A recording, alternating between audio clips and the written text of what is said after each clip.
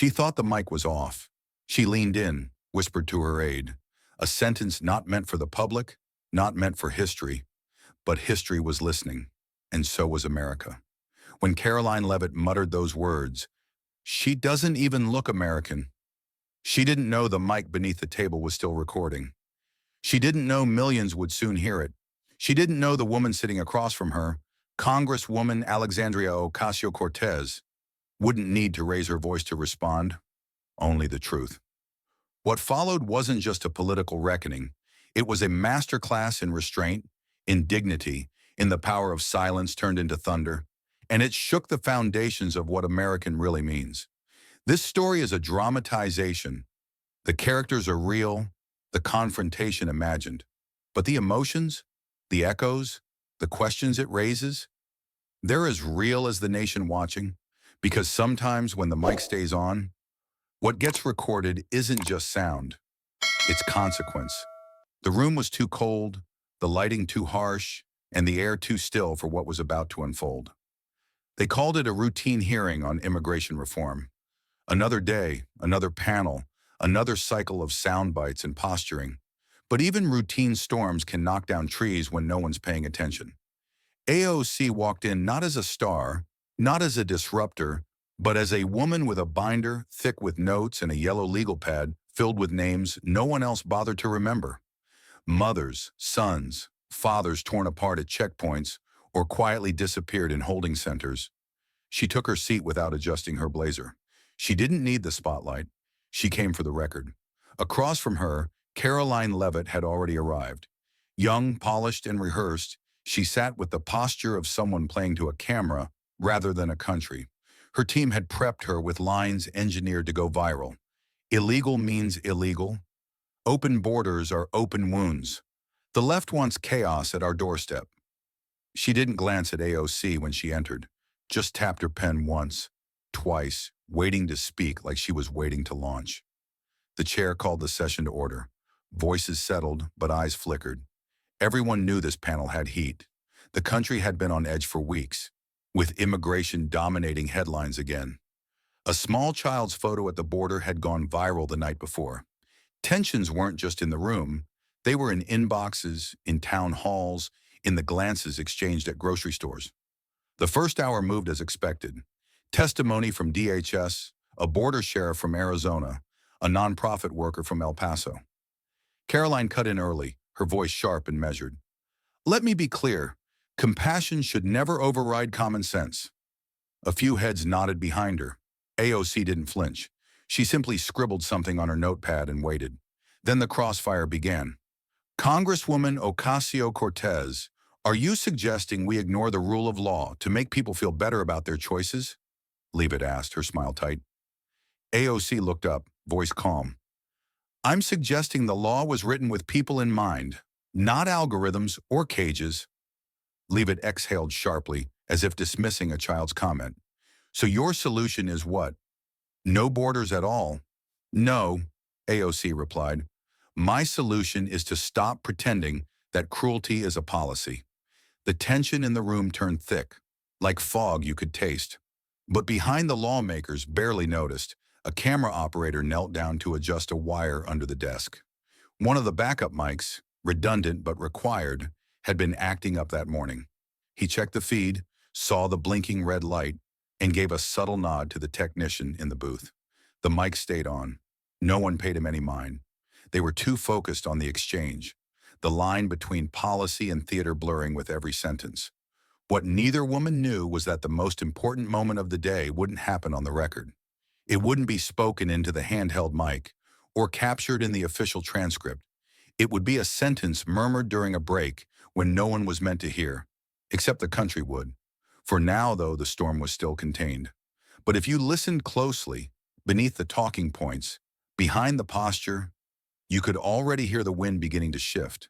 And someone, somewhere, was still recording. It didn't take long for Karoline Leavitt to strike. She leaned forward with a practiced smirk, the kind that travels well on Twitter, and tilted her voice just enough to sound condescending, but not overtly cruel. "Frankly," she began, "what we're hearing from Congresswoman Ocasio-Cortez is completely out of touch with what real Americans care about. The phrase hung in the air, heavy with calculation. Real Americans. Not undocumented, not immigrant, not from the Bronx, not like her. Leavitt's team had workshopped that line. It wasn't a slip. It was a spear. There was a faint pause, the kind that happens when a room collectively decides whether or not to hold its breath. But AOC didn't flinch. She didn't raise her eyebrows, didn't roll her eyes, didn't give Leavitt the satisfaction of a visible reaction. Instead, she calmly turned a page in her binder and adjusted her microphone. "With all due respect," AOC replied, her voice even, "let me tell you what a real American looked like in the Bronx last week." She glanced at her notes, though she didn't need them. The story was etched in her chest. Maria Santos, mother of two, legal resident. Her husband Javier was picked up by ICE on his way to his night shift at the Hunts Point market. No criminal record, no warning, just gone. She had to explain to her 6-year-old son why his father didn't come home that night and why he might not for years. The room shifted again. Some eyes lowered, others blinked faster. She now works 3 jobs, can't afford childcare, and spends her Sundays praying in a plastic chair at a church that hands out donated cereal. And the only reason she's not here testifying is because she's afraid that if her name goes public, they'll come for her too. Leavitt scoffed, not subtly. The mic picked it up. "That's one anecdote," she said with a forced chuckle. "We're here to talk about law, not sob stories." And just like that, the temperature changed again. OC nodded slowly. "No, you're here to talk about law. I'm here to talk about impact. And if you can't hold both in your mind at the same time, maybe you're not ready to make the law." There was no need to raise her voice. Truth, when said plainly, doesn't shout, it echoes. One of the veteran lawmakers 2 seats down let out an audible, Not agreement, exactly, but acknowledgement. The chair, looking increasingly uncomfortable, glanced at the clock and announced, "We'll take a 10-minute recess." No one argued. It wasn't about time. It was about tension. Leavitt leaned back, clearly satisfied with her soundbite. AOC simply closed her binder, stood, and left the table without a word. No dramatic exit, no eye contact, just the quiet authority of someone who didn't come for the performance. As she walked past the cameras, someone whispered her name, trying to grab a quote. She didn't stop. Her stride was calm, her focus intact. And in that moment, she wasn't just a congresswoman, she was a mirror. And for those who dared to look into it, she was starting to reflect things back they weren't ready to see. The mic under the desk stayed on, but its moment hadn't come. Not yet, not quite. The committee room buzzed with the disjointed murmur of recess. Pages shuffled paper. Interns hustled to deliver water or collect notes. Members stood, stretched, glanced at phones. Some headed to the hallway to take interviews. Others leaned in to whisper strategies or frustrations behind cupped hands. The cameras stopped rolling, or at least most of them did. Karoline Leavitt stayed seated, arms folded, jaw slightly clenched. Her performance had landed, at least in her mind.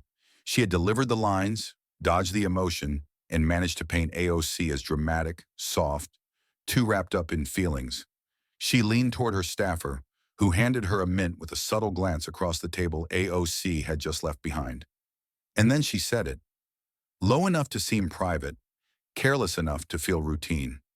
"God," she muttered, rolling her eyes. "I'm so sick of her. She doesn't even look American."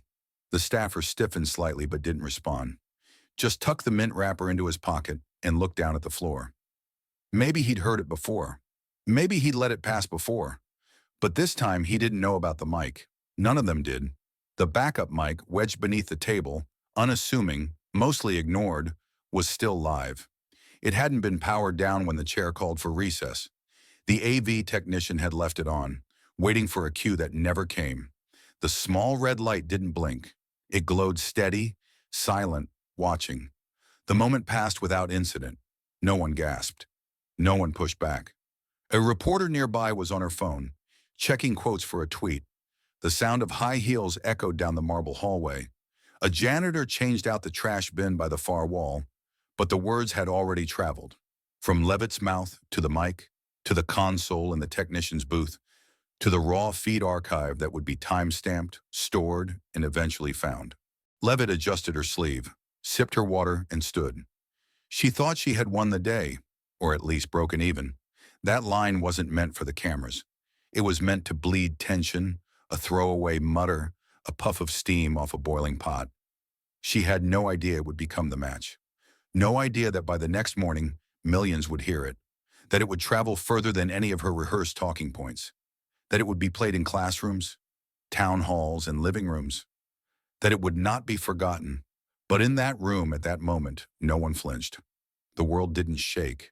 There were no alarms, no thunderclaps, no confrontation, just a microphone, still hot, still listening, and a storm preparing to announce itself, one quiet second at a time.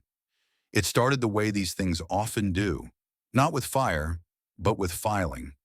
Somewhere in a cubicle 5 floors above the Capitol hearing room, an exhausted intern for the House Digital Media Office was working through a backlog of raw committee footage. The task was simple: label, timestamp, upload. No politics, no editing, just routine. Most of the content would gather dust in a public access archive, quietly existing for legal transparency and the rare nerdy journalist who cared enough to scroll. He didn't even watch it, not all of it at least. Just scrubbed through the recess section, added a metadata tag, oversight, immigration, hearing. Part 3, recess, and sent it to the cloud server where low-resolution truths quietly waited to be discovered. 12 hours later, a high school civics teacher in Portland clicked the link. She was building a media literacy assignment for her students, looking for clips that showed how body language shifted before and after official sessions. She wasn't even supposed to find that segment, but she had paused mid-sentence to answer a knock at the door and left the video running. When she returned, she heard it, clear as daylight, faint as a mistake. God, I'm so sick of her. She doesn't even look American. Her finger hovered over the pause key. She played it back, again.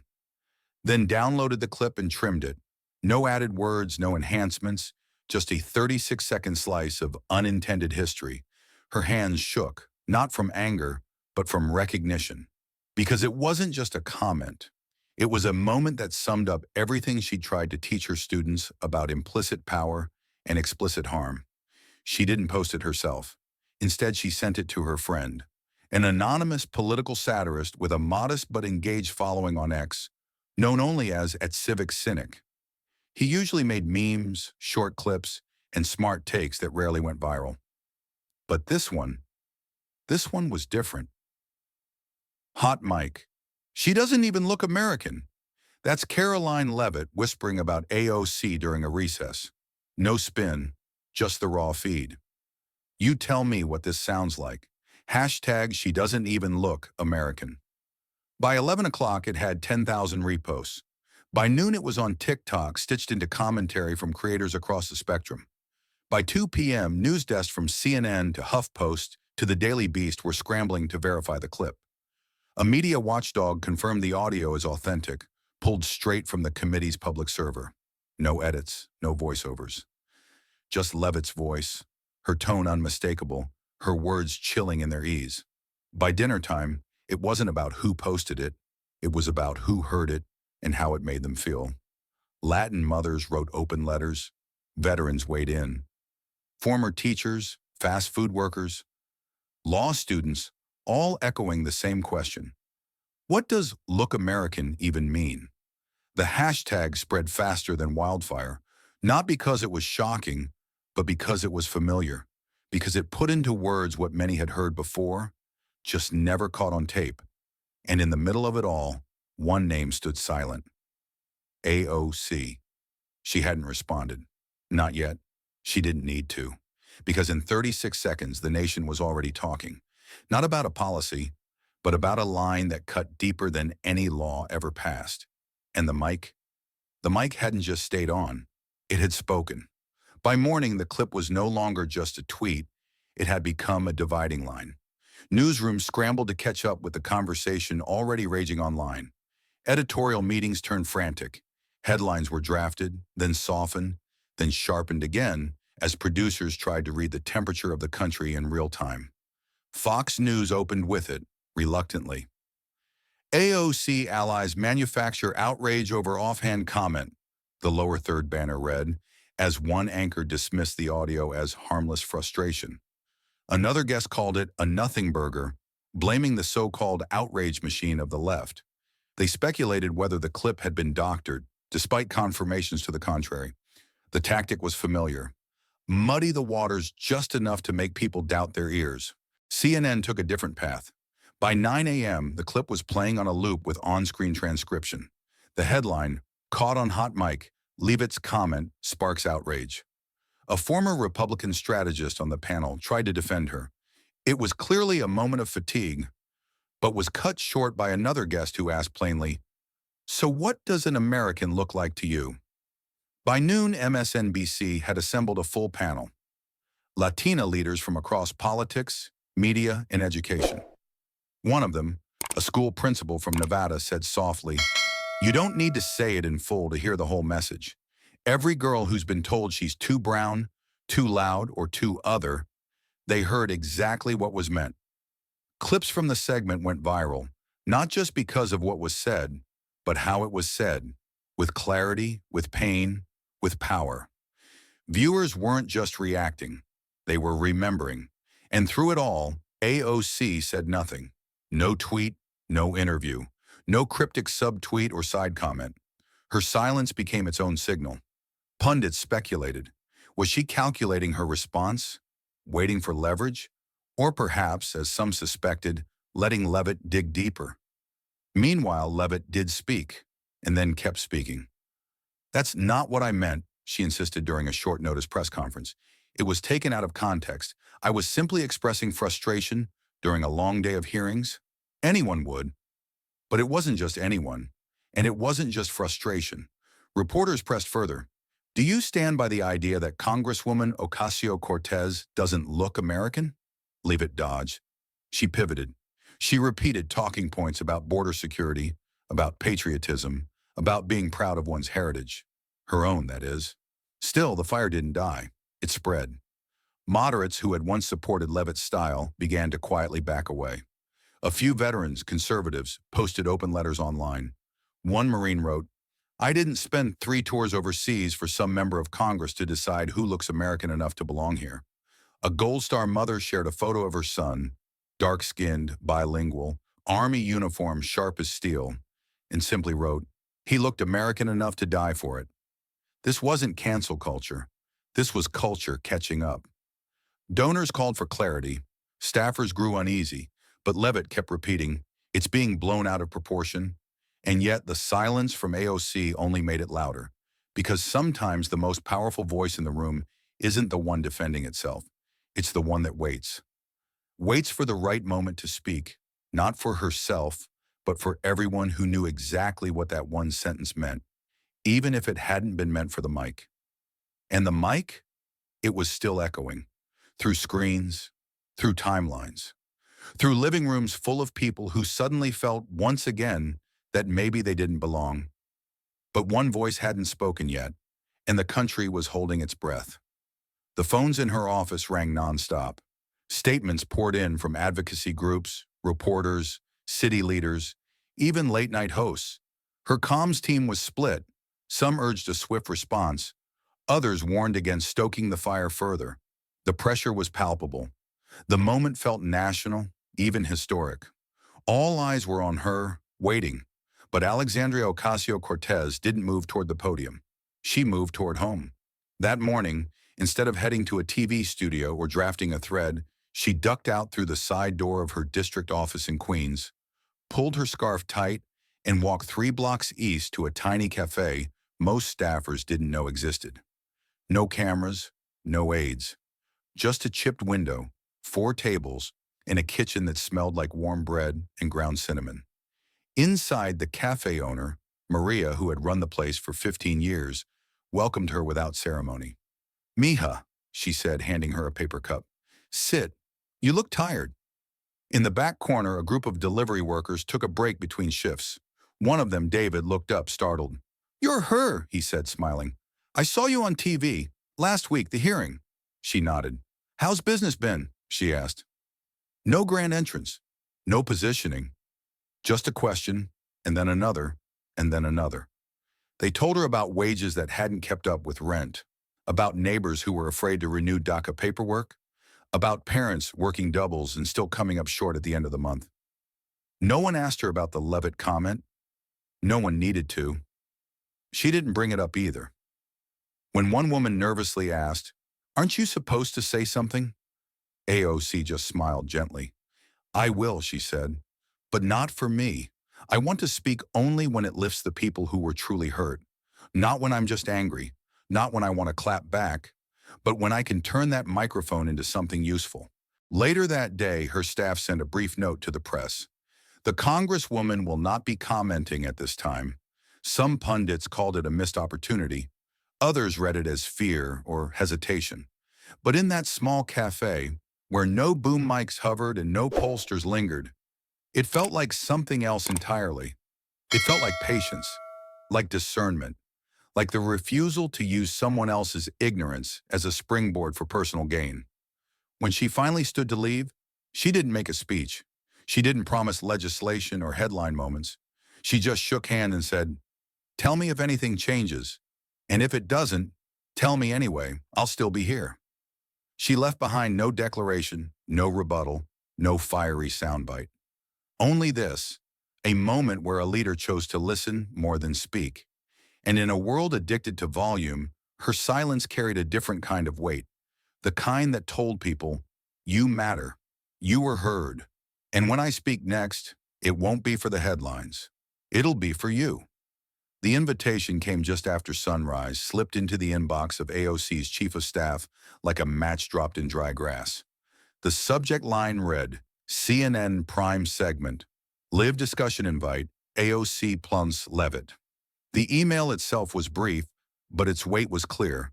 1 hour of national airtime, side by side, unfiltered. AOC versus Karoline Leavitt, two names now bound by a single sentence that neither had planned, but only one had owned. By mid-morning, the offer had circulated through AOC's inner circle. Half the team thought it was a trap. "They'll try to bait you," one aide warned. "She'll come in rehearsed with media coaches and practiced apologies." Another shook her head. "No, she's not trying to apologize. She's trying to rebrand." And that was exactly right. Karoline Leavitt had already agreed. Her camp issued a cheerful press release within an hour. Congresswoman Leavitt welcomes the opportunity to clarify, connect, and continue the national conversation on what it means to be American. The language was deliberately vague. Clarify what? Connect with whom? But her team wasn't aiming for clarity. They were aiming for a reset, a softening, a shift from viral gaffe to misunderstood patriot. Behind closed doors, her advisors crafted the narrative. Leavitt as the victim of media manipulation, as a fighter for forgotten heartland voices, as someone who had misspoken in exhaustion, but whose heart, they insisted, had always been in the right place. She would open with charm, pivot with policy, and close with appeal to unity. It was a textbook political salvage job. Back in Queens, AOC read the headline over coffee but didn't respond right away. She wasn't interested in optics or airtime. She didn't crave the moment, but she understood the weight of silence and the limits of it. Some moments demanded more than presence. They demanded precision. She called her team into the small conference room. No screens, no phones, just legal pads, sharp minds, and hard questions. "They're expecting a brawl," one aide said. "Then we'll give them something different," AOC replied. "But it has to be live." Heads turned. "No edits," she repeated. "No filters. No commercial breaks to give them room to spin." I'm not here to let her rewrite what she said. I'm here to remind people why it landed the way it did, and to show them what it looks like to answer ignorance with integrity. The team sat in silence for a beat, then nodded. The response to CNN was swift. Congresswoman Ocasio-Cortez accepts. Under one condition, the segment airs live, in full, without post-production editing. CNN agreed. And just like that, the nation braced itself. Networks teased the upcoming face-off. Headlines sharpened. Commentators placed bets on tone and talking points. Social media split into two tectonic camps, each predicting victory. But beyond the spectacle, beyond the stagecraft, something deeper stirred, because everyone, supporters, skeptics, the disengaged, the weary, sensed that this wasn't just another political show. This was about who gets to define American and who gets to deny it. In living rooms, on buses, in break rooms and barbershops, people planned to tune in, not for entertainment, but because they recognized the quiet truth behind the noise. Some confrontations don't just go viral, they go permanent. The night before the CNN segment, AOC sat alone at her kitchen table with a mug of cold chamomile tea and a yellow notepad filled with bullet points she might never read aloud. The apartment was quiet save for the low hum of a neighbor's television through the wall. Her team had gone home. Her phone was on silent. And in the stillness, a memory surfaced, one she hadn't spoken about in years, not because it hurt, but because it never fully left. She was 14, sitting in a borrowed plastic chair at a high school in Houston, where her father had temporarily relocated the family for a construction project. It was supposed to be a fresh start, short-term, unremarkable, just another zip code in the life of a working-class family trying to find steadier ground. That day, their usual English teacher had called in sick. A substitute, a woman in her late 40s with a neat bun and a sharper tone, scanned the attendance sheet, pausing briefly at her name. Alexandria Ocasio.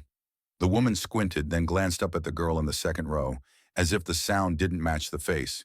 "You speak English very well." AOC had nodded, unsure what else to say. She didn't take it as a compliment, not really, but she wasn't yet old enough to know what to call it.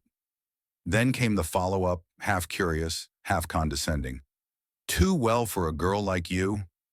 A few kids snickered. One boy muttered something under his breath that she chose not to hear. The teacher had already moved on, unaware that the sentence had settled in her like a cold draft slipping through a cracked window. Quiet, but persistent. That moment didn't make her angry. It made her sharper. She started listening more carefully to the words adults used when they thought they were being polite. She began to notice who got praised for being well-spoken and who got asked, "Where are you really from?" She realized that there were invisible boxes people tried to fit her into, and that they got nervous when she outgrew them. Years later, when people questioned why she didn't shout back in Congress or why she chose measured responses instead of rage, they didn't know she'd had years of practice, not in holding her tongue, but in holding her ground. That substitute teacher had taught her something she never intended to, that sometimes it's not about matching tone. It's about refusing to mirror the smallness in someone else's gaze. Now, decades and districts away, that lesson returned not as pain, but as clarity. Leavitt's words were familiar, not in content, but in cadence. Not surprising, but deeply, deeply recognizable. And that's why AOC wasn't going into the segment to get even. She didn't need to own anyone. She wasn't there to clap back, to go viral, or to prove her worth to someone who had already decided to erase it. She was going there to hold up a mirror and to make sure this time the country didn't look away. Because some wounds don't make you weaker. They make you more precise.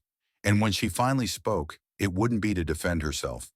It would be for every 14-year-old girl still wondering why someone flinched when they said their name out loud.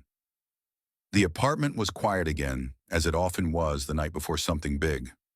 No press, no advisors, no last-minute phone calls, just Alexandria, alone in the soft light of her kitchen, surrounded by the quiet breathing of a city that didn't know how much it was carrying. Outside, Queens hummed as it always did. Streetlights blinking, buses hissing, someone's dog barking 4 floors below. But inside, her world had narrowed to a single kitchen table and a small wooden box she hadn't opened in years. She set the box in front of her and lifted the lid gently. Inside were old photos, creased, faded, some barely holding together. A picture of her father, grinning from ear to ear in a worn Yankees cap. One of her mother, apron dusted with flour, holding a toddler Alexandria on her hip. There was a candid one, too. Her father bent down, teaching her how to lace up her sneakers before her first school speech competition. She lingered on that one. He used to say the same thing before every big moment, not loud or theatrical, but steady and soft, like placing a hand between her shoulder blades. Some people fight with fists, he'd tell her. You'll fight with truth. She used to roll her eyes when she was younger, but not anymore. Now she knew what he meant. The hard part wasn't the truth itself. It was carrying it quietly, firmly, without needing to wound someone else to make it land. That was the kind of strength people didn't cheer for on Twitter, but it was the kind that lasted. She closed the box and reached for a single sheet of paper. It wasn't a speech. It wasn't a manifesto. It was a sentence she had written that afternoon while sitting in the back of the cafe in Queens, surrounded by people who reminded her why silence had never meant inaction. She read the words again, then folded the paper in thirds, slow and intentional. She didn't need it to be perfect. She just needed it to be clear. Slipping it into the inside pocket of her navy blazer, she stood up and took one last glance around her apartment. Not to check for anything she'd forgotten, but to steady herself in the place that had always kept her grounded. Tomorrow would be noisy. There would be lights, counters, narratives, and traps. People would tune in expecting blood or fire or spectacle. But she wasn't bringing a weapon. She was bringing a mirror, and she knew exactly what she wanted it to reflect. The CNN studio was colder than expected. Under the sterile white lights, every breath felt thinner, every pause louder. The host, Dana Walsh, shuffled her papers with the calm precision of someone trained to manage tension without flinching. She greeted the camera with that familiar, polished smile. But even she knew, this wasn't a policy debate. This was a reckoning. Tonight, she began, we're joined by two members of Congress whose recent headlines have sparked a national conversation. Congresswoman Karoline Leavitt of New Hampshire and Congresswoman Alexandria Ocasio-Cortez of New York. The split screen came alive, Leavitt in crimson, sharp-lined makeup, posture rigid. AOC in navy, eyes steady, no notes in front of her. Dana continued, we've all seen the clip. 36 seconds. A sentence that some call a slip and others a symptom. Tonight we give each of these women the space to speak. We begin with Congresswoman Leavitt. Leavitt leaned slightly forward, like someone ready to throw a pitch across the plate. Thank you, Dana, she said, voice smooth but rehearsed. Let me start by saying I regret that my words were taken out of context. It was a long day, we were off the record, and I was simply expressing frustration in private. The idea that I don't respect my colleague's service or background is false. What we're seeing here is classic cancel culture, an attempt to destroy someone's career over a single offhand comment. She kept going. I believe in America. I believe in hard work, legal immigration, and real conversations, not manufactured outrage. And frankly, I think Americans are tired of being told that one mistake defines their character. We've all said things we didn't mean, especially behind closed doors. She turned slightly toward the camera now, the edge creeping in behind the smile. I refuse to be villainized for something taken out of context by those who want to score political points. This isn't about race or representation. This is about distraction. The left wants to control the narrative, and people like me, we're not allowed to slip. We're not allowed to be human. The host nodded neutrally and turned her gaze. Congresswoman Ocasio-Cortez, your response? The camera moved, and for a moment, AOC didn't speak. She blinked slowly, then looked not at the camera, but at Dana. I listened, she said quietly. Every word. She turned slightly to face Leavitt, never fully, never confrontational, but just enough to register that this wasn't an act. I didn't interrupt, I didn't cut in, because I think America needed to hear that, without edits, without filters, just as it is. She folded her hands on the table. I don't believe one sentence defines a person, but I do believe one sentence can reveal what someone's comfort allows them to say when they think no one's listening. No raised voice, no dramatic pause, just a steady current under the words. And on the other end of the screen, Karoline's expression didn't change, but something behind her eyes flickered, like a candle catching wind. AOC hadn't raised a single accusation. She hadn't shouted. But the silence she had held, up until now, was not weakness. It was precision. It was letting the blade sharpen slowly, until the first cut didn't bleed anger, but truth, and she was only just beginning. AOC reached slowly into the inside pocket of her blazer. No rush, no fanfare. The studio lighting glinted briefly off the edge of a neatly folded sheet of paper, creased, softened at the corners, touched by time but not forgotten. She unfolded it with care, smoothing the lines between her fingers like someone handling something fragile or sacred. She didn't raise her voice. She didn't preface it with indignation. She simply read, "God, I'm so sick of her. She doesn't even look American." The sentence landed like a drop of ink in still water, small but irreversible. It rippled.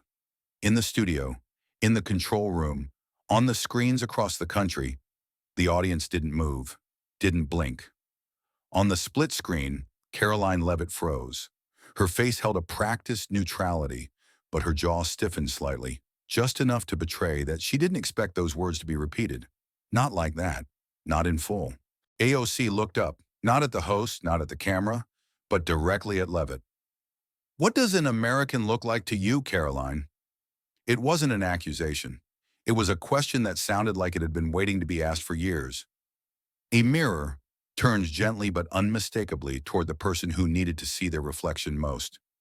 For a moment, Karoline didn't answer. Not because she couldn't, but because there was no version of that question that let her escape. The silence pressed down like weight. In the live audience, someone shifted in their seat. A murmur, barely audible, ran through the studio. Then Karoline leaned forward slightly, trying to regain her footing. "That's not what she began. But AOC didn't raise a hand to interrupt. She didn't sigh or shake her head. She simply spoke softly over the top of her. "That is what you said." The tone was still calm, controlled, but it cut deeper than anything that had come before. "And what you meant," AOC continued, "matters less than what millions of little girls heard." She let the words settle. "Girls with last names you mispronounce. Girls whose fathers served this country and still got asked where they're really from. Girls who know how to recite the Pledge of Allegiance but have learned, over time, that not everyone hears them the same when they say it." Karoline sat back. No prepared rebuttal, no clever pivot. Just a face trying not to betray the discomfort that had finally, unmistakably, caught up with her. AOC didn't gloat. She didn't add a closing punchline. She simply folded the paper again, the same way she had the night before, and set it gently on the table. "This isn't about punishing you," she said. "It's about acknowledging the weight your words carry, even when you think no one is listening."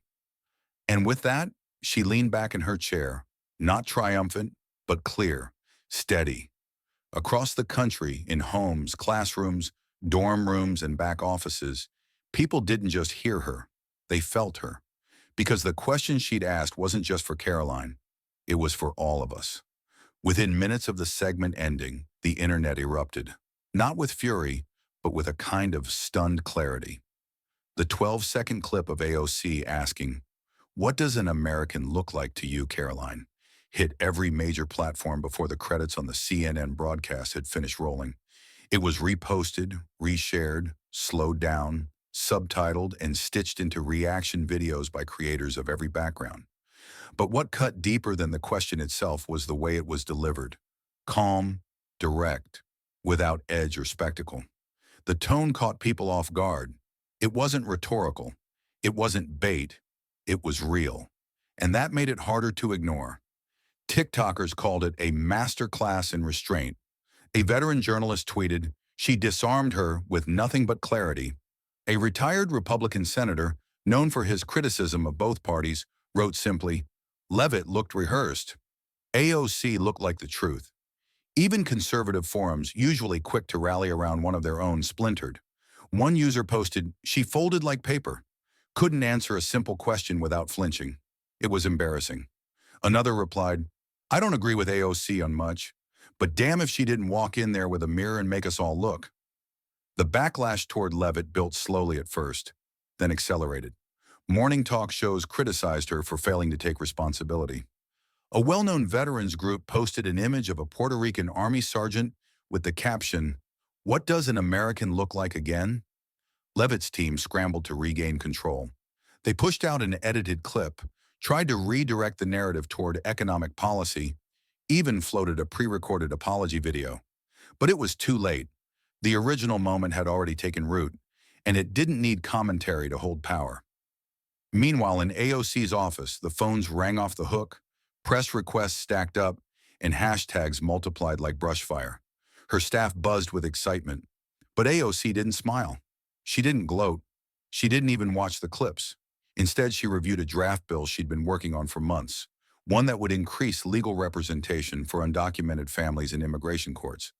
While others tallied impressions and viral views, she underlined a paragraph about due process rights and whispered to herself, "Let's make sure the fire becomes something." Because she knew this wasn't the finish line. It wasn't even a victory. It was a shift, a crack in the mask, a brief, powerful moment when a country paused long enough to ask itself an uncomfortable question and didn't immediately turn away. No celebration, only focus.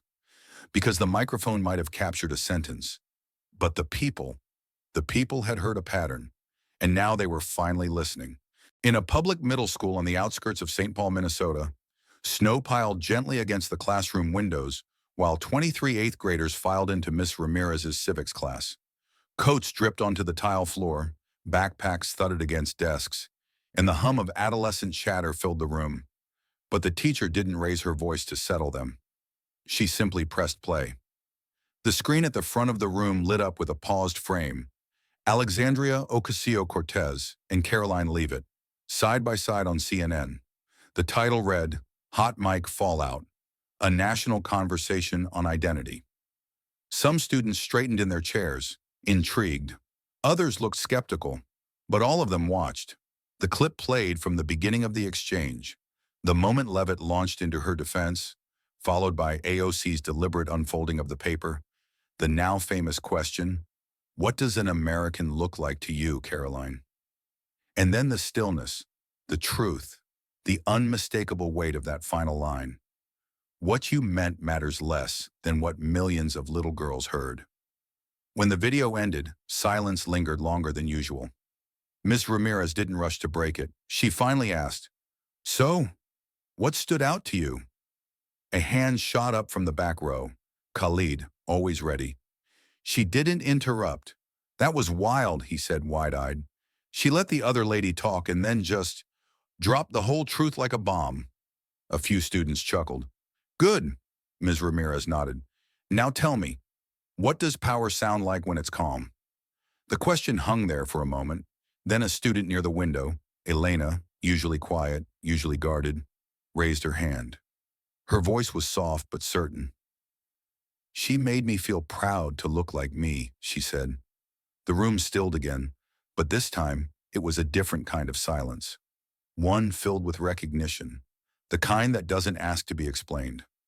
Ms. Ramirez smiled gently. "Why?" Elena shrugged, but there was no hesitation in her tone. "Because she didn't yell to be heard, and she didn't try to prove she was American. She just was, and she made the other lady look small without saying anything mean."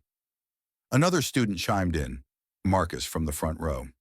"Yeah, and when she said that part about what millions of little girls heard, I don't know. That line hit, like she knew who she was talking to, and it wasn't just the other woman." They spent the next 20 minutes breaking down not just what was said, but how it was said. Tone, timing, presence. Ms. Ramirez guided them through ideas of dignity, of response versus reaction, of using power without abusing it, and somewhere in that discussion, they stopped seeing it as a political clip. They saw it as something else, a kind of permission, a kind of map. That night, Elena went home and replayed the clip on her mom's phone. She wrote down the quote in her notebook, circled it twice, and tucked it into her backpack. Because one day, maybe soon, maybe years from now, she knew she might need to remember it. Not the moment that went viral, but the woman who made her feel like she didn't have to shout to matter. The letter came in a plain white envelope, slightly wrinkled at the corners, addressed in careful block handwriting to Congresswoman Alexandria Ocasio-Cortez, Washington, D.C. There was no return address, no staffer's business card tucked inside, just a folded page written in blue ink that had bled a little at the edges. The kind of letter that didn't come with hashtags or headlines. The kind meant to be read, not shared. It was early evening in her D.C. office, and most of the team had gone home. The inbox was still full, Press requests, meeting confirmations, statements to review, but AOC had asked for 10 minutes of quiet, just her and the growing stack of personal mail on her desk, most of it unopened since the CNN interview.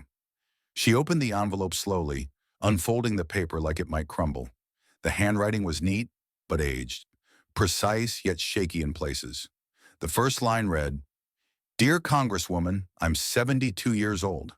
I served in Vietnam from 1970 to 1972.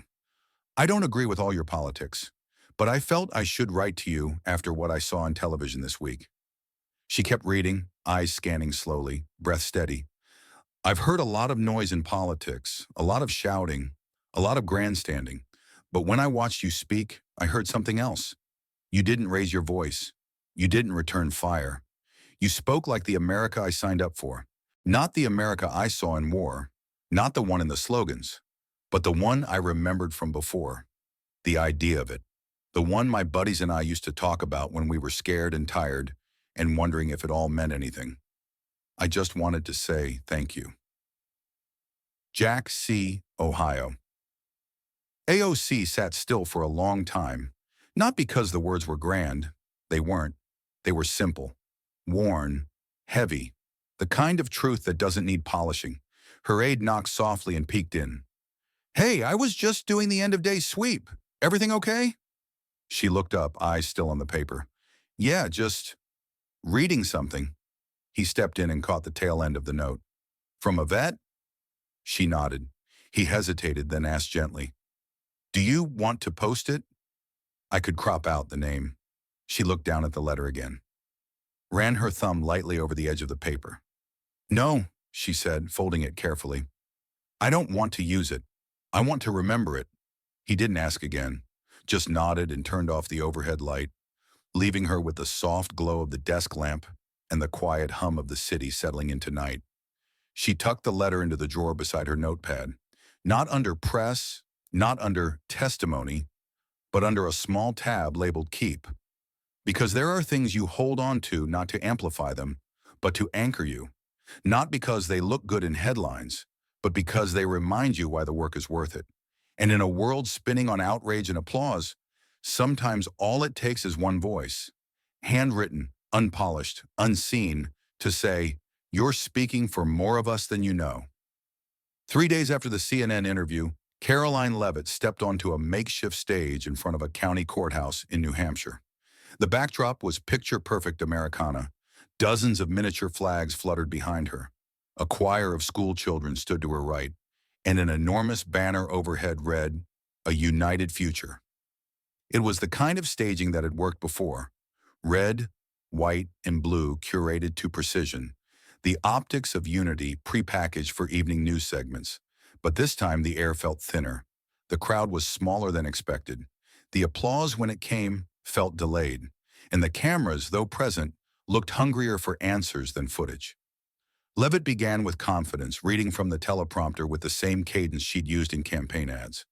"I believe in an America where we don't judge people by how they look, but by how hard they work. I believe in moving forward, not backward. And I believe this great nation is bigger than the sound bites that try to divide us." She smiled, paused for effect, and gestured toward the students. "These young patriots behind me. This is who we're doing this for." A few parents clapped politely. The rest of the audience stood quiet, eyes tracking not her hand gestures, but the journalists gathering near the front rail.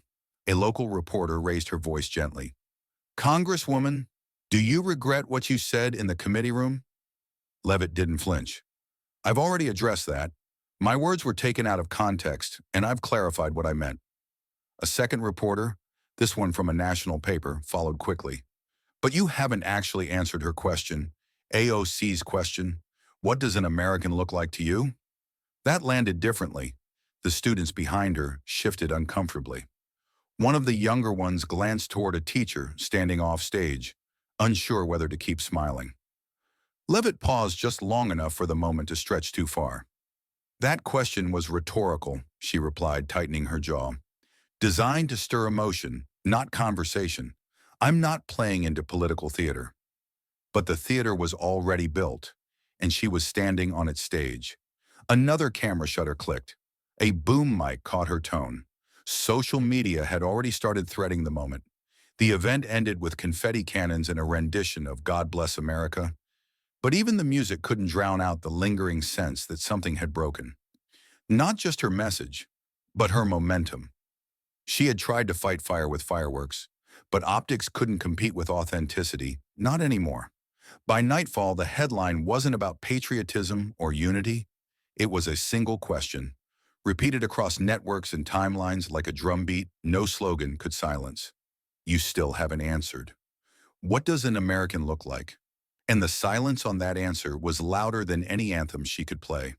The House chamber was unusually quiet that morning.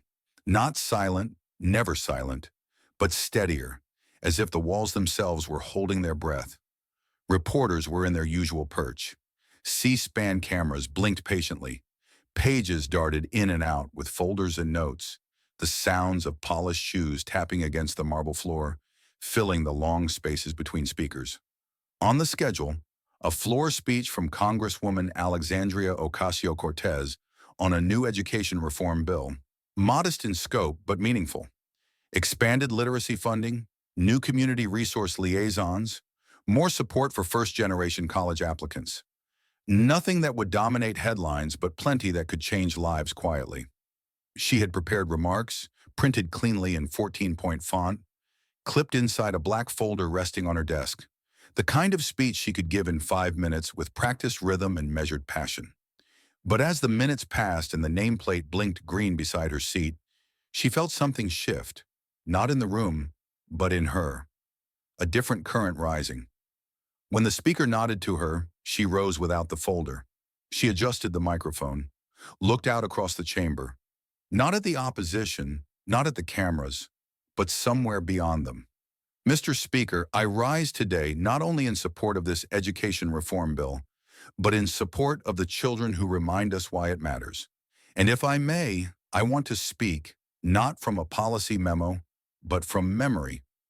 That got a few glances, the kind that say, she's going off script. She didn't flinch. Last year, I visited a classroom in the Bronx. Public school, underfunded, overworked, and filled with students who had already learned how to carry more than most adults ever should. She paused, grounding herself not in emotion, but in clarity. There was one girl, quiet, sharp, eyes like she'd already seen too much. After the lesson, she came up to me and asked, "Is it true people think we don't belong here, even if we were born here?" A few heads turned. The words landed heavier in this chamber than they might have a month ago. I asked her, "Why would you think that?" And she said, "Because of the way they talk on TV, and sometimes in our own government." She let the silence breathe, not for drama, but for gravity. She was 12. She carried that question on her back like a second backpack. From the gallery above, someone stilled their pen. A staffer shifted in their chair. A Republican, 2 rows over, leaned forward, just slightly. "And I told her," AOC continued, voice unwavering, "that no one gets to decide her belonging, that her name, her accent, her hair, her story, none of it makes her less American, that she gets to define what America looks like because she is America." Her voice didn't rise. It didn't need to. She looked down the aisle, then slowly across the chamber. There are people in this room who still believe that looking American means looking like them, that sounding American means speaking with their cadence, that voting American means agreeing with their version of patriotism. She didn't name names. She didn't have to. "And yet," she said, folding her hands gently in front of her, "here I am, born in the Bronx, raised in a household that spoke 2 languages, elected by working-class people who saw themselves in me, not in a mirror, but in spirit." She let her eyes rest on the moment, not challenging, not pleading, just naming the truth. So when I stand here to advocate for education reform, I'm not just fighting for test scores or funding formulas. I'm fighting for that 12-year-old girl, and every child like her. She placed both hands on the podium. "This is what American looks like," she said slowly, "and sounds like, and votes like." She didn't wait for applause. She didn't need to. The silence that followed spoke for itself. The next morning, the Capitol buzzed with the usual choreography: security lines, clacking heels, hushed staffer conversations, and the rustle of briefing folders tucked under arms. But inside the chamber there was something else. Not a sound, but a sight. A small, visible absence that said more than a dozen statements ever could. Karoline Leavitt's seat sat empty. The nameplate still gleamed in brass. Leavitt, N.H. Her microphone was in place, the chair neatly pushed in, the desktop bare except for a printed agenda left by a page an hour earlier. On most days, her absence might have gone unnoticed. A scheduling conflict, a missed vote, an excuse quietly logged into the record. But not today, because today was the first full House session since the viral moment, since the question heard across the country, since Alexandria Ocasio-Cortez had unfolded a sheet of paper and asked not just one woman, but the nation to reflect. No announcement had been made from Leavitt's office. No illness, no travel conflicts, no committee assignment cited. Only silence. Her colleagues didn't ask. They didn't need to. The camera panned wide during the session. Briefly, it lingered. Not long enough to feel intrusive, but just enough to register. A rectangle of blue carpet, an empty chair, a name with no one behind it. AOC took her seat, expression neutral, posture composed. She wore the same navy blazer from the CNN segment, the one with the pocket that had held the folded quote. She didn't glance at the empty chair. She didn't acknowledge it. She didn't need to. Her presence was enough. As debate resumed on a new amendment, AOC listened carefully, took notes, offered quiet nods or subtle furrows of her brow. When she rose once to speak again, this time about broadband access in underserved districts, she remained fully on topic. Calm, clear, precise. She referred to data, cited rural communities, quoted testimony from constituents in both blue and red districts. But still, that empty seat lingered in the corner of the shot, a ghost of its own choices. Colleagues whispered, journalists noticed. The absence became its own kind of presence. For weeks, Leavitt had tried to control the narrative, reframe the clip, reassert her image. But here, in the one place that still demanded accountability without applause, she was nowhere to be found. And AOC? She didn't fill the space with fire or spectacle. She filled it with the work, with the quiet assertion that her voice didn't rise because it didn't have to, with the proof that integrity didn't need to call out what was already clear to everyone watching. One freshman member from the Midwest leaned to a colleague and whispered, "She never said her name." The other nodded. She didn't have to. By the end of the day, the vote passed. Not a major bill, not headline news, just progress. Steady, unglamorous, necessary. As AOC gathered her things, she glanced once, not directly at Leavitt's chair, but toward the row it sat in, and then she walked out. No celebration, no statement, just presence. In a building so often filled with noise, her quiet had become its own kind of power. And for the second day in a row, America noticed who showed up and who didn't. The air in the chamber felt different now. Not heavy, not tense, just still. A stillness that doesn't ask for permission, that doesn't demand attention, but receives it anyway. AOC stood at the podium, hands gently clasped in front of her, finishing her remarks not with fire, but with conviction laced in something deeper. Clarity. She had just walked the chamber through a proposal for federal support in community learning centers. No grandstanding, no sound bites. Just a story of a mother in Queens working 3 jobs who still finds time to read to her kids at night, and how one after-school program helped her son pass his math class for the first time. Then another story, this one from a rural town in Arizona, where a teacher drives 40 minutes every day just to tutor students after hours because the district can't afford buses. She connected it all, urban and rural, immigrant and veteran families. Blue states in red, with a thread not of ideology but of shared effort. The speech was part policy, part testimony, part call to conscience. And as she closed, her voice didn't rise. It grounded itself in something quieter but stronger. "When we talk about what it means to invest in America," she said, looking not at the cameras but across the chamber, "it's not just about roads and broadband and defense budgets. It's about believing that the child of a dishwasher in the Bronx deserves as much of a future as the child of a senator, and acting like we believe it." She paused, eyes scanning the room. We can't legislate belonging, but we can fund the places where kids learn how to see themselves differently. And maybe if we do that right, we won't have to keep asking what American looks like, because they'll already know. Then she stepped back from the mic. No smile, no smugness, just a brief exhale. At first, there was nothing but silence. That quiet again, the kind that often follows the end of something people didn't expect to move them. Then a sound, subtle, deliberate, a clap, from a Democrat across the aisle. Then another, and another. Within seconds, the entire Democratic caucus was on its feet, applauding with a rhythm that wasn't rushed, but full. But the surprise came when a few Republican members stood too. Not all. Some remained seated, arms folded. A few looked uncomfortable, unsure whether standing meant endorsing the moment or surrendering to it. But others, those less beholden to headlines, more attuned to their own staffers, their own daughters, stood quietly. One nodded once before lowering his gaze. Another kept clapping, eyes locked on the floor. AOC didn't expect it. For a split second, just a flicker, her eyebrows lifted and something like surprise passed across her face. Not because she doubted her words, but because the reaction was so rare in this room. Then just as quickly, the expression faded. She bowed her head slightly in acknowledgement and returned to her seat. She didn't speak again that day. She didn't need to, because the room had done something it rarely did. It responded not to power, but to truth, not to party, but to presence.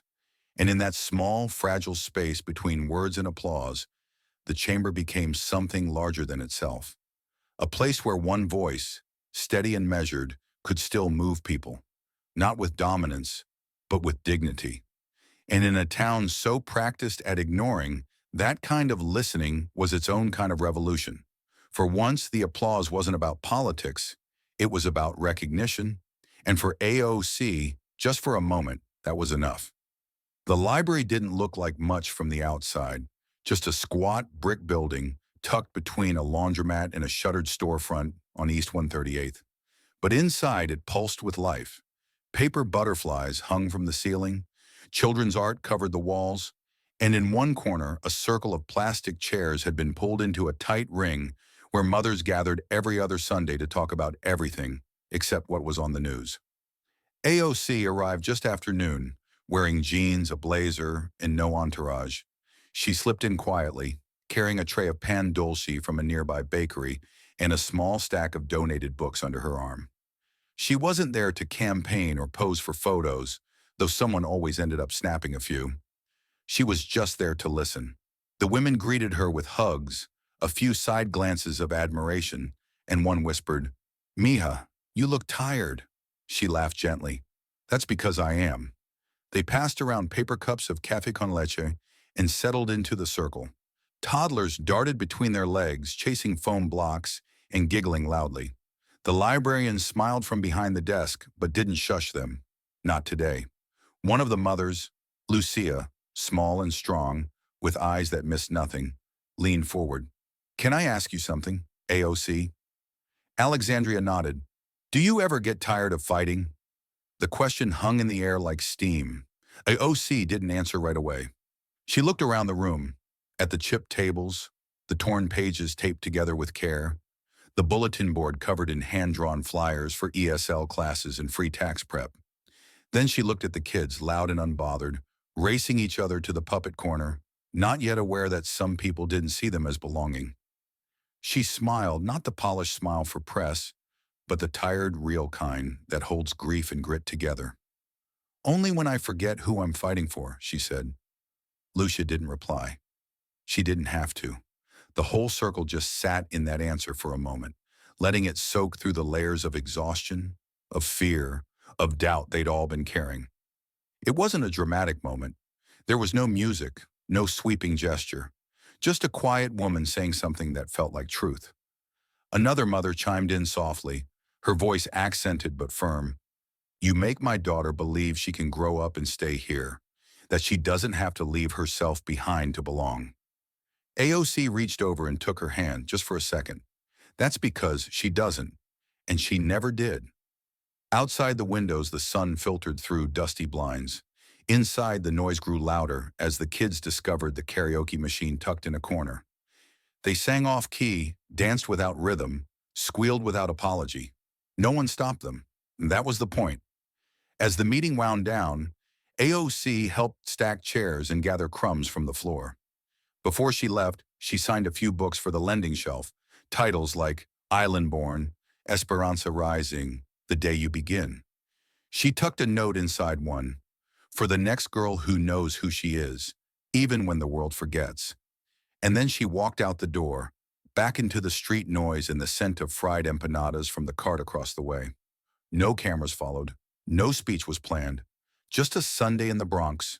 Just children being loud and women being heard, and a congresswoman remembering exactly why she started speaking in the first place. Because the fight was never about ego. It was about them. And when they were free, laughing, moving, loud in all the ways the world had tried to quiet, it reminded her she still had work to do, and she still had the strength to do it.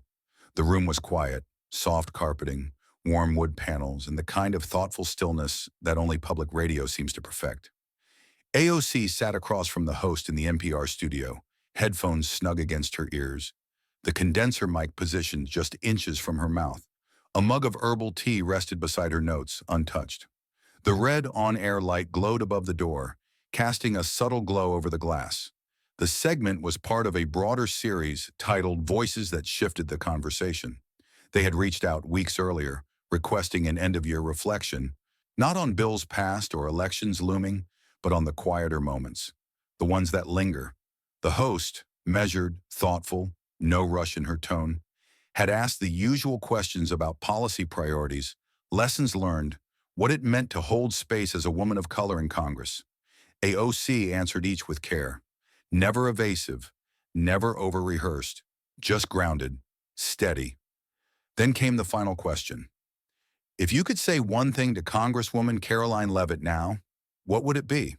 There was a pause, not the kind filled with tension, but the kind that makes people lean in.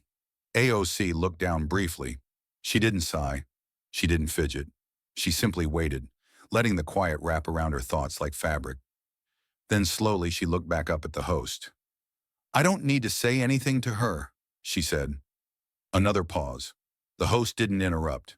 AOC continued, voice even but layered with something deeper, conviction softened by reflection. I'd rather talk to the girls who look like me, the ones who've been told they sound too smart or not smart enough, too brown or not American enough, the ones who've spent years trying to shrink themselves just to make others comfortable. She leaned slightly forward, not toward the mic, but toward the idea of them. Those unseen girls listening, sitting on bedroom floors, riding buses home from school, standing in front of classroom presentations, wondering if their accent would betray them. I want to tell them they don't need permission to belong, not from Congress, not from commentators, not even from classmates or coworkers. Belonging isn't something you earn by performing. It's something you already carry. She let the words settle. Her tone never lifted, but its weight was unmistakable. I want them to know that silence isn't the absence of power. Sometimes it's the most powerful thing you have, because when you don't rush to defend yourself, you give the world space to hear what it's actually saying. The host finally spoke, softly with a smile behind her voice. Do you think they're listening? AOC smiled too, this one gentle, almost amused. They always are, even when you don't know it. The red light above the door dimmed. The interview was over, but something about the room still held its charge, like the kind of stillness after a thunderstorm, when the ground is wet and clean and the air smells new. As AOC removed her headphones and stood to leave, the producer stopped her just outside the door. That last part, she said, I think that's going to be the quote that stays. AOC nodded, pulling her coat on. It wasn't for the quote, it was for the girls. And then she was gone, out into the city, into the wind, into whatever came next. Because the real work never finishes on the mic. It continues in echoes, in notebooks, in small lives quietly changed by someone who chose not to shout to be heard, but who spoke clearly anyway. She steps out of the Capitol just after sunset. The dome behind her glows gold against a deepening sky, and the wide stone steps in front of her stretched downward like a quiet descent into the real world. Away from the cameras, away from the arguments, away from the staged moments that so often pass for truth. Her heels click gently as she walks, steady and unhurried. A staffer a few steps behind her carries her briefcase, but she's not talking, not taking calls, just walking, thinking. Somewhere in the background, someone presses a mic off, ending a broadcast. But the moment hasn't ended. Not for her, not for the people watching, still watching, waiting not just for the next statement, but for the next sign that someone, somewhere, still understands that politics is personal. And then the voice comes in, not a narrator, not a speech, but her, clear, steady, reflective, not reading, not performing, just speaking. Some people think the mic only works when the light's red. She descends another step, pausing briefly as a gust of wind catches her hair. The weight of the day hasn't slowed her, but you can feel it in her shoulders, in the way she's holding everything without collapsing under it. They think history happens in big rooms with big lights and big applause. But the truth is, history's always recording. The image shifts. Quick cuts. A mother in Queens watching C-SPAN on her phone in a kitchen with peeling wallpaper. A teacher in Minneapolis writing AOC's words on the board before her civics class. A young girl practicing a speech in the mirror, saying her name proudly, fully. A Vietnam veteran folding a letter and slipping it into an envelope. A seat in Congress, still empty. It records when we whisper things we hope no one hears. It records the silence after something cruel has been said, and no one pushes back. It records what we do when no one's clapping, when no one's trending. The steps are nearly at their end now. She glances back just once, not as a final look, but a reminder of where she's been, of what she carries forward. I don't care if the mic is on or off, because someone's always listening. The kids in our schools, the workers in our streets, the people who've been told to be quiet their whole lives. They hear it all. The final few steps. She reaches the bottom, the marble cool beneath her feet, the night folding gently around her. So the question isn't whether the mic is live. The question is, what will it hear from you? And then, for a moment, there is only silence again. Not the absence of sound, but the kind that comes when something lands fully and no one rushes to speak over it. She walks forward, not toward a podium, not toward a press gaggle, just into the street where regular people live, work, hope, and hurt. And in that walk, in that quiet, confident walk, there's a message louder than any headline. You don't have to shout to be powerful. You don't have to be famous to be heard. You just have to speak truthfully, even when you think no one's recording. Because history isn't made on camera. It's made in the moments we think are small. And the mic, it was never off. It was always listening. And now so are we. What struck me most about this story wasn't the clash between two politicians. It was the quiet force of character that doesn't need to shout to be heard. In an age where outrage is currency, AOC reminded us that restraint can be revolutionary. She didn't meet insult with insult. She met it with dignity, and in doing so, made space for others to see themselves not as other, but as fully American. Her silence wasn't weakness, it was strategy. It was respect. For the moment, for the people watching, and for the young girls who carry the weight of feeling out of place in a country they call home. She chose not to center the one who hurt, but to uplift the ones who've been hurt. And that closing line, history's always recording. What will it hear from you? Lingers, not as a challenge, but as an invitation. So here's a question for you. Have you ever stayed silent in a moment that mattered, only to realize your voice could have made someone feel seen? And if the mic really is always on, what truth do you want it to catch next? Let's talk. If this story touched you, don't let it stop here. Like, share, and subscribe to Alexandria Rising Stories, where every voice matters and every story echoes far beyond the screen. This story is a fictionalized and dramatized narrative created for educational, inspirational, and storytelling purposes. While it may be inspired by real public events, people, or societal issues, It includes imagined dialogue, reconstructed scenes, and character interpretations meant to highlight broader themes of justice, dignity, and resilience. Any resemblance to actual events or individuals beyond public knowledge is purely coincidental. We do not intend to defame, mislead, or harm, but to invite reflection and meaningful conversation. Thank you for watching Alexandria Rising Stories.